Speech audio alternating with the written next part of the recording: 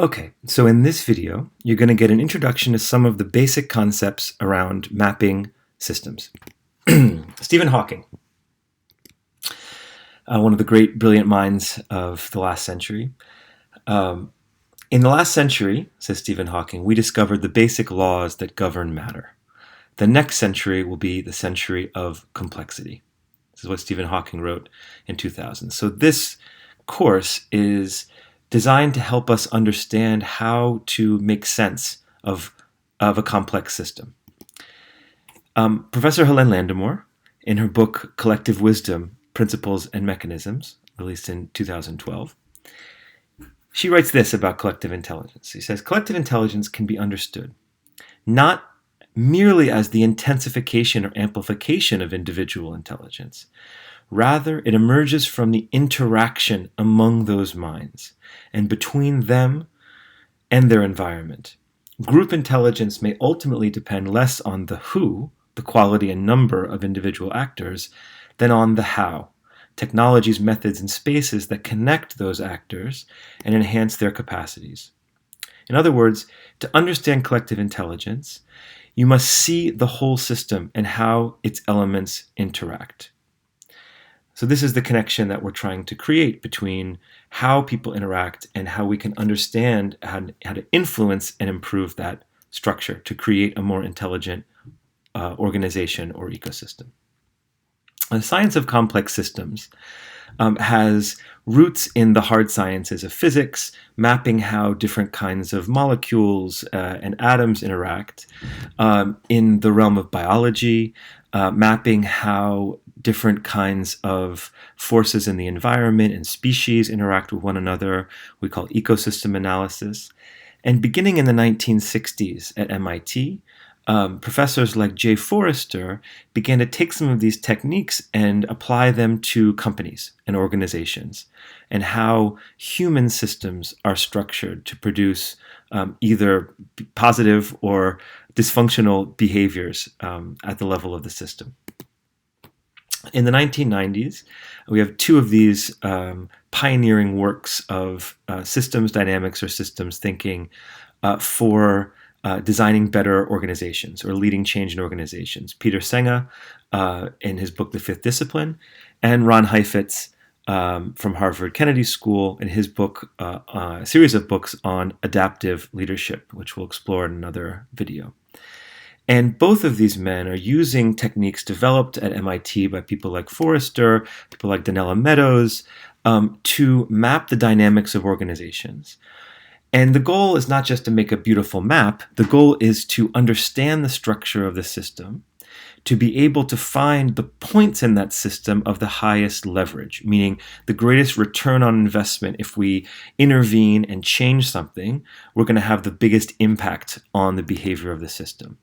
And so by mapping and understanding where these leverage points are, we can be facilitators of transformation. Not by forcing it, not by imposing it from the top down, but by facilitating a better interaction among the individual elements of the system. So if you think about how this fits with what we've learned already, you could imagine that Marshall Ganz would say that a big part of this process is creating and sharing meaning.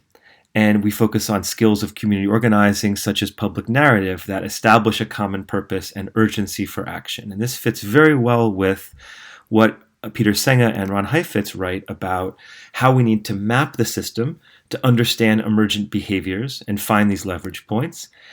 And Heifetz comes with a great depth of thinking about psychology. So you'll see in the book Practice of Adaptive Leadership that what Professor Heifetz proposes is how we can understand the psychology of the different actors in the system and accompany them through what is often a very difficult process of change. And so you see how the core ideas of these three thinkers fit together when it comes to the question of how we create positive change in a human system. So what kind of maps do we need?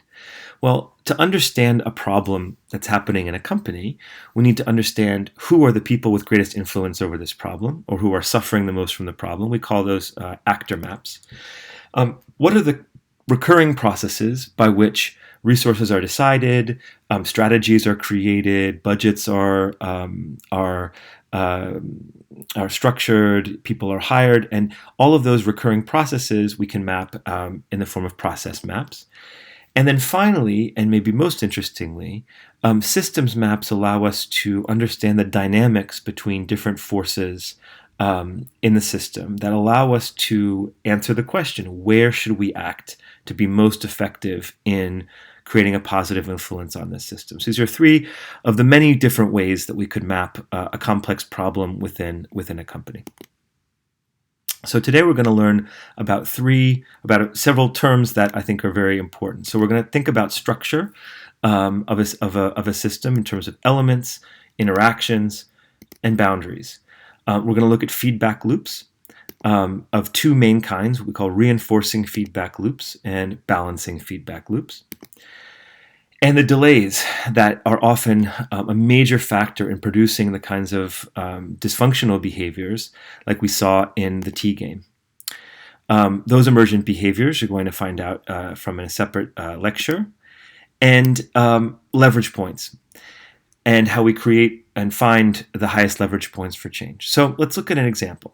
How is my motivation at work affected by my boss's behavior, my N+1? How does his behavior, her behavior affect my motivation? Okay, so let's think about this first in terms of elements, interactions, often called stocks and flows. And you can think of flow as like water coming through a pipe, and a stock is like the bathtub, how much water is in the bathtub, and the flow is how much water is coming in and how much water is going out. So elements are generally not people, like in actor maps.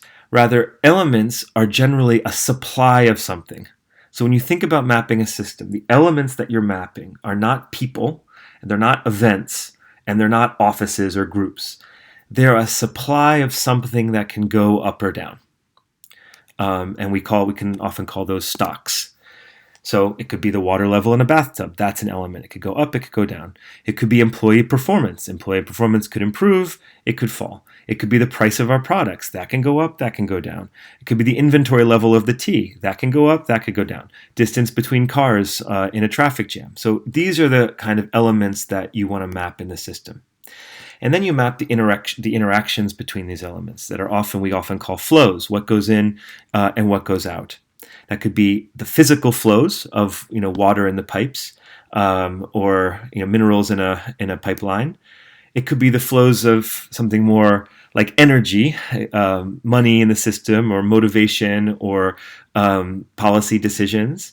Or it could be the flow of information, prices, training on a task, how much water we want in our bathtub. All of that is flows of information.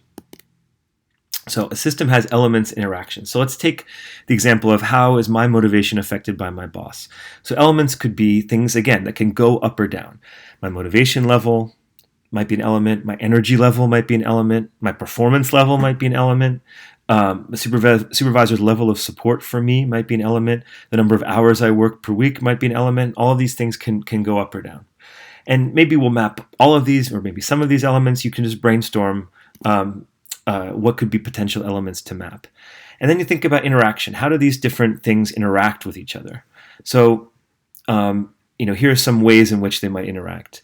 I might say, okay, when I feel supported by my supervisor, my motivation level rises. So when support goes up, my motivation goes up. Those have a positive relationship to each other. When I perform better, my supervisor tends to give me more support. So when my performance goes up, the support level goes up, implying also that when my performance level goes down, the supervisor's support goes down. When I'm more motivated, I work longer hours.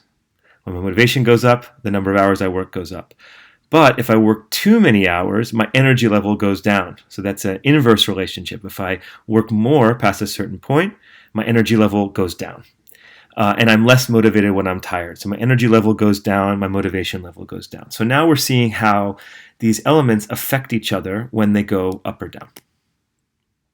And when you think about the map of the system, you also have boundaries. So in a closed system, the boundary contains all the elements and interactions of the system. But many systems, maybe most systems, are at least partially open in that influences come from across the boundary we define for the system. So we can't totally control the interactions that are happening. There may be some outside influences, like how much my kids are sleeping. That could be an influence across the boundary we define for the system. So in this example, let's say, okay, the boundary of the system is just the actions of me and my supervisor, even though in reality there are other external factors like my kids and how they're sleeping that can also affect my motivation energy. But again, a systems map is not a perfect picture of reality. It's a model. It's a model that allows us to look at structure and start making some conclusions about what might be a way to intervene in the system. Okay, so we've talked about elements, interactions, and boundaries. Now let's look at feedback loops.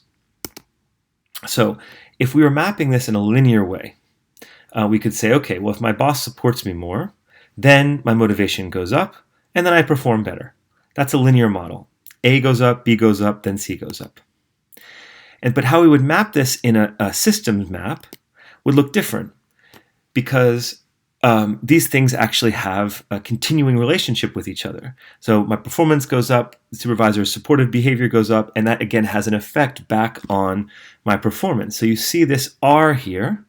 This R means reinforcing. So that if this goes up, and then this goes up again, you would have a positive cycle. If nothing else intervened, that it would just increase and increase and increase and increase.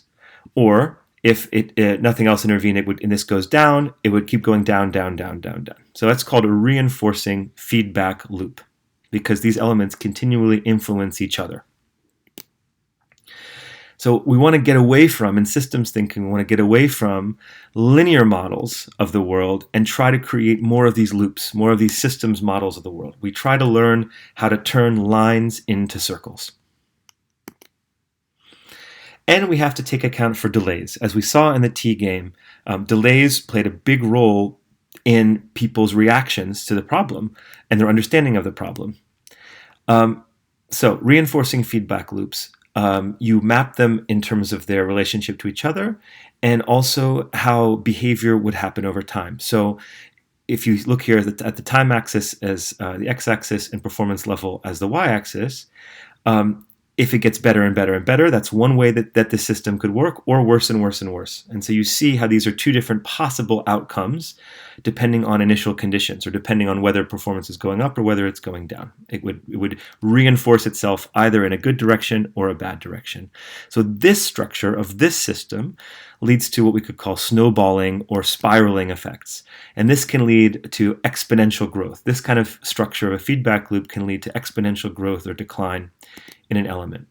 Okay, so that's one kind of feedback loop, reinforcing feedback loops. The second kind of feedback loop we're going to look at are called balancing feedback loops. So in a balancing feedback loop, something goes up and then something compensates by going down, right? So it could be the gap between, in this map here, the gap between how many boxes of tea we want and how much boxes of tea we have. So if that gap goes up, then I order more tea, so this goes up, and I get more tea, so this goes up, and then the discrepancy goes down, right? So the relationship between this element and this element is positive, this element and this element is positive, and this element and this element is negative. So meaning when inventory goes up, the discrepancy goes down. And then you see here, this desired inventory is what we call a variable. So my perception of whether there's a gap or not depends on how much tea I want. So if I only want 4 boxes in my inventory, that's going to create a different size discrepancy than if I want 12 boxes. So the variable here will also affect this element of how I consider if there's a problem or not. So this is what a balancing loop does. We can call it like a thermostat.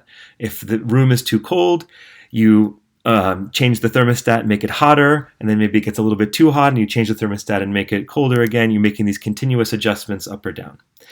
And the length of the delay, shorter or longer delay, will change the kind of behavior that emerges from the system. So if you make small adjustments, the system will make small overall changes. But if you make big adjustments, like you saw in the T game, you could get these boom and bust effects. So a system can have multiple feedback loops. So now let's see this problem of my motivation. Now, imagine that I'm thinking about these interactions, and I say, okay, well, it's true that when I get more support from my supervisor, I perform better. That's a reinforcing feedback loop. But if my supervisor supports me more, I also will work more hours every week. And at a certain point, my energy level will go down. If I work too many hours, my energy level will go down, and that will diminish my performance, which will then diminish the supportive behavior. So this is how you see over time the kind of behavior in the system. The positive reinforcement, and then I work more hours, and then at some point I hit burnout. And then the balancing feedback loop diminishes my performance, and then that leads to potentially a big drop off in performance. So you're seeing how this reinforcing loop interacts with this balancing loop. And this is very common in different kinds of system archetypes we're gonna look at, that you have reinforcing and balancing loops that interact with one another. So finally, the structure of the system is what gives rise to its emergent behaviors over time. So you see, okay, you get these boom and bust effects. That's an emergent behavior. You get an effect of burnout. That's an emergent behavior. And now we understand why we get the boom and bust, or why we get the burnout. It's because of the interaction of these feedback loops. And finally, again, how do you change this? And this is where this idea of leverage comes in. You see here a big lever, and things that are closer to the fulcrum here are things that can change the system, but you need to push very hard on them, or they don't give you a lot of leverage. They're lower leverage. And this is what Donella Meadows, a great systems thinker, calls low leverage interventions, or low leverage points in the system. And those are things that she calls like physical changes. So just changing the number of T that gets sent from the supplier is going to change. It's going to maybe create a positive change, but not quickly and not significantly compared to other kinds of changes. The second category here, a higher leverage, are changes to information. So imagine that they got the orders filled in 2 weeks instead of 4 weeks. That would have a larger change on the boom and bust of the T game. That would be an example of an informational change in the system that could affect the overall behavior. A third category here are structural interventions in the system. So changing the rules. For example, why can't Ikram in her shop call Amina on the phone and say, okay, now we have a new rule. We can call each other on the phone and say what's happening. That would be a complete change in information, but also in the rules. I could maybe make orders more than once a week, for example. Or what's the goals of the system? Is a goal to sell as much tea as possible, or to keep a stable inventory, or the number of hired workers at the factory. So those are examples of structural changes. And then finally, what Donella Meadows thinks of as the most high leverage things you can change are cognitive, our mindset, our paradigm, and the highest leverage is our ability to see the paradigm of the system as a paradigm. So, you could think of fish have a hard time seeing the water they're swimming in, but systems thinkers see the water and understand that the water could be different.